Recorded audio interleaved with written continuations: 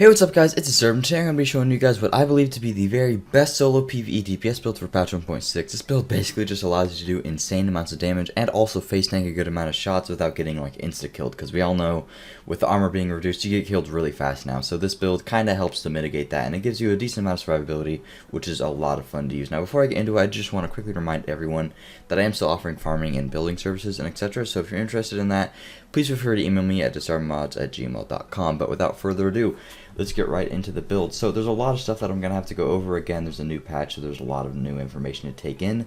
So I'm sorry for having to take a long time to make this video. There's going to be a lot of rambling and stuff, but it's information that I promise you is well worth hearing, and you want to know the reason behind everything. You don't want to just, you know, look at my build and then just replicate it without knowing why I did this. Now before you all go into the comment section and say this isn't the best build, I use X, Y, and Z, there are a bunch of different builds that you can use for doing solo PvE DPS. There's a bunch of different variations, and it really just depends on your playstyle.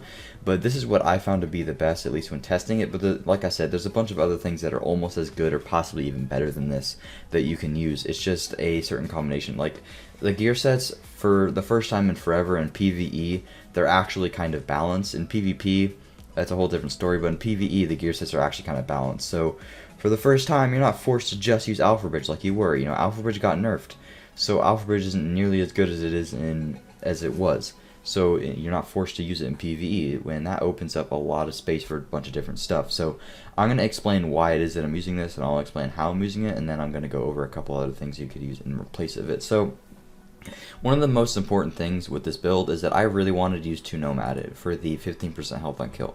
The reason that I did this is because, as all of us know, we only have 30% armor right now, which is ridiculously low, and this allows NPCs to just shred us. And one of the main things that I like to do when playing this game, at least while I was in PvEing, I like to be able to rush. I don't like sitting in cover, even though it is a cover-to-cover based shooter. Ironic, I know. I like to be able to rush the NPCs and face tank and just get stuff done as fast as possible. And I know that when I wasn't using Nomad, I wasn't really able to do that because I was taking so much damage, but I wasn't having all these ways to heal me. The only other way that I was able to do it was with Nimble, but the gameplay felt kind of clunky. But with Nomad, the great thing about this is that if I am shredding NPCs and there's a bunch of them, 15% health on kill, I'm getting 15% of my health back every single time I get a kill. So as long as I don't face tank too many NPCs and I play right, I can still play extremely relentlessly and, you know, go out full Rambo mode, and I'm still able to survive well and keep myself alive, you know. So that's why I went for the Nomad. It basically just allows me to do content much more efficiently, and it's a lot more fun to use. So that was basically the criteria for this build. I needed to use 2-piece Nomads. That's why I'm not using Skull MC gloves or an all high-end build, which could potentially get you a lot of damage, is because I wanted to be able to face tank and get through content as fast as possible. Therefore, I decided to go with 2 Nomad, which is probably one of the main reasons, or the main reason, that this build has a lot of survivability. And then for the 4 set, there's a lot of different things that I could do. One thing I was looking at was 3 Banshee, or 4 Banshee wasn't going to be good because, you know, you're not fighting rogue players, but 3 Banshee with a 10% damage out of targets out of cover. Or I was thinking 3 Predator and then Reckless, you know, 3 Predator gives you the 8% assault rifle damage and then the 10% reload speed, and then the Reckless chest just for more damage. And then you could go, maybe, you could also use 4 Alpha Bridge, you get the 3 set gives you 5% extra damage, and then the 4 set you can just roll with one more talent like Ferocious or Responsive or Destructive or whatever the case may be, whatever talents you have available to you. There's a lot of different things that you could use, but I tested a lot of these, and I came back to Striker. The reason for this is because the difference between all these builds is like a very slight amount of damage, but with Striker you have the most damage potential. If you use it correctly, you can get up to 50%, possibly up to 80% extra damage stack. It's not, the only thing that I was skeptical about with Striker initially was the fact that it's not consistent. It's not up 100% of the time. But like I said, with these other builds, it's not that much of a variation when it comes to how much damage you're actually getting. And since Striker you can get up to, you can keep, I'd say, on average, you probably have about a 15% damage increase on average if you have like half decent aim and you're using your guns correctly.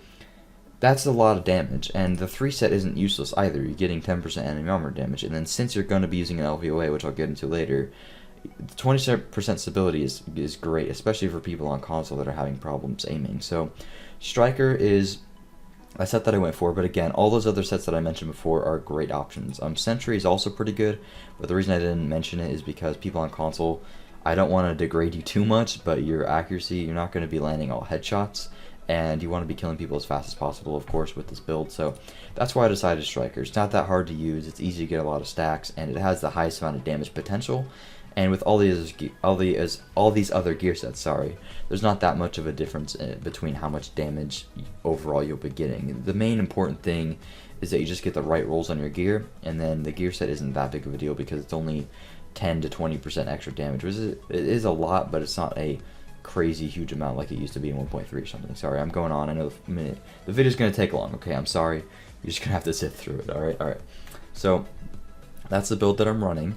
And that's the reason why I'm using Striker. Now let me kind of explain how I use it. I have gameplay at the end there, and I'm sure you saw in the beginning, so that'll explain it. But for the weapons, primarily you're going to be using LVOAC. The reason for this is simply because 19% enemy armor damage just works basically multiplicatively. It's just free 20% extra damage. And then the base damage, the headshot multiplier, the RPM, the mag size, everything about an LVOAC is still way better than pretty much everything else in a PvE scenario.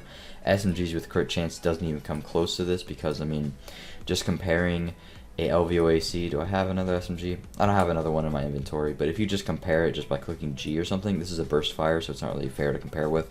But let's just compare them for fun, you know? This has less RPM. This has 20% enemy armor damage, which is literally an extra 20% damage. So 20% of 20k ends up making that 4k extra damage. And then 18% crit chance does not correlate anywhere near that. It's roughly probably an 8% damage increase off the top of my head. It depends on how much crit chance you have, of course, and it's completely theoretical.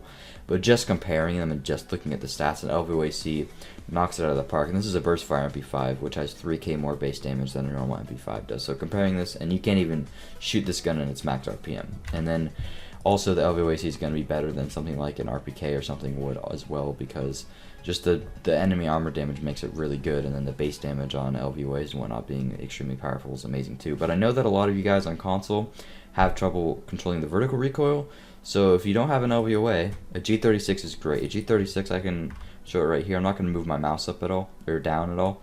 It barely has any vertical recoil but if you put on the LVOA, it has a lot more vertical recoil, as you can see right here.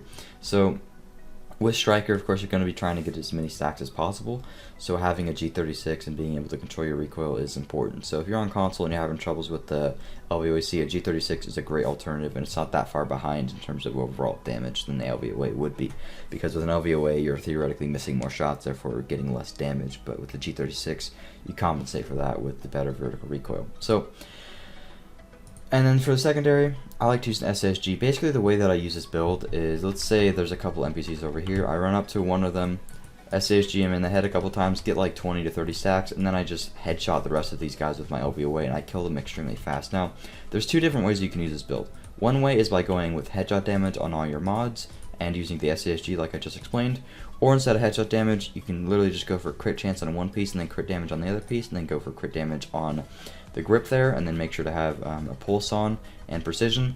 And then instead of landing headshots with your AR, land only body shots. If you land only body shots, you can get your stacks up to around 80%.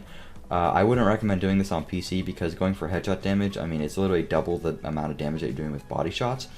But if you're on console and it's really hard to land headshots for you, then going for body shots makes it to where your stacks do an insane amount of damage. But on PC, I prefer to go for headshots, even if I am not at full stacks all the time. Headshots do double the amount of damage as body shots, and with body shots, I'm not always going to have 50% stacked up for it to be better, theoretically speaking, than headshots would be. You know what I mean? So hopefully that makes sense. So that's why I go for headshots. But I mean, usually what I do is I just get my stacks up to like 30 to 50% with my SASG, and then I just burn it off real quick with my LVOA, and I'm hitting for people for like 180k in the head, and you'll see that in the gameplay at the end of the video. So that's why I use that.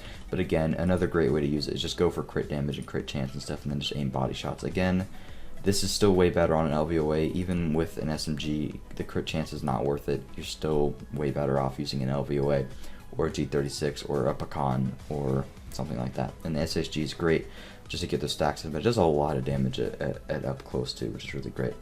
Moving on to toughness and firearms, the way that stamina scales now is pretty terrible. It's pretty much half of what it used to, so I only go for about 5k in the low 5k range of stamina just to unlock my talents. Oh, one thing, let me go over talents. You want brutal. If you're on console, you probably want brutal, or I mean, if you're on PC, you probably want brutal, and brutal is great, but since a lot of you guys are going to be doing that crit damage thing, I'd say you could probably go for Unforgiving, Destructive, and then Ferocious. I'd prefer to have Destructive over any other talent, but I rolled this a million times and I'm too lazy and it's only 5% more damage, so I don't really care that much. I just kept Ferocious on, but Destructive is going to be better because it works literally multiplicatively of just 15% increased damage, and it works against all NPCs. So Destructive is by far, in a way, better than every single one of these talents. But if you're going for all body shots, you can go Unforgiving, Deadly, Ferocious, or Unforgiving, Destructive, Ferocious, which is probably what I'd recommend, but it's really up to you. I go for Brutal because, of course, I'm landing a very high percent of headshots, and this is the only LVOA that I had. Anyways, alright, moving on to individual gear rolls. This is kind of important because you want to, if you don't have these gear rolls set up the right way, you won't be doing enough damage to kill NPCs fast enough, and then you're going to have to be forced to play slower, and because you won't be able to face tank NPCs, because the way that Nomad works is you're able to face tank, but you're only able to face tank because you can kill NPCs so quickly. You know what I mean? So that's why you want to have two-piece Nomad there, so that you can just melt people as fast as possible. So getting as much damage on your pieces is really important. So for example, on your chest piece, you're going for health to keep yourself alive so that you can actually face tank, but then enemy armor damage is going to help you out killing those NPCs really fast because it's just 5% flat extra damage. That's what you want on the chest piece. On the mask, again, you want damage to elites, as much damage as possible, and then enemy armor damage. You can't get health on the mask, and enemy armor damage would be better anyways because it's a lot of extra damage there. And then same thing on the knee pads, you want to go for health for more survivability, and then damage to elites for just as much damage as possible. Also, you can get increased kill XP on your knee pads, which is nice, so you get more proficiency caches. And then on the backpack, you want to go for health, more survivability. You also get increased kill XP there. And then on the gloves, you can get crit damage, enemy armor damage, assault rifle damage. You can also decide instead of crit damage to go for crit chance, but you want enemy armor damage more than crit damage or crit chance because the way it works is multiplicatively, it just scales that way, and that's going to be way more beneficial than getting 14% crit damage ever would be. Even if you had 60% crit chance, it's still way better. And then on the holster, there's a little bit of leeway here. I like to use reload speed because I just like look how fast I can reload my gun right now. Look, I just shot, reload. It reloads really fast, so being able to just sprint and face tank people and then having to reload, it doesn't take that long, so then I can just get right back into fighting as opposed to do. Okay, now I'm reloaded. Now I just really fast reloads. So that's why I like to go for that.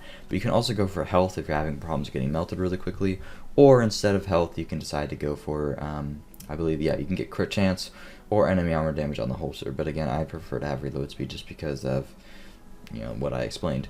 And then in terms of mods, I go for health. You can also go for crit chance, but I mean, I don't think the extra 6% crit chance is going to be better than all this health. I think you're just going to get melted too quickly, and you're not going to have enough crit damage to make 6% crit chance really worth it and substitute losing that much health.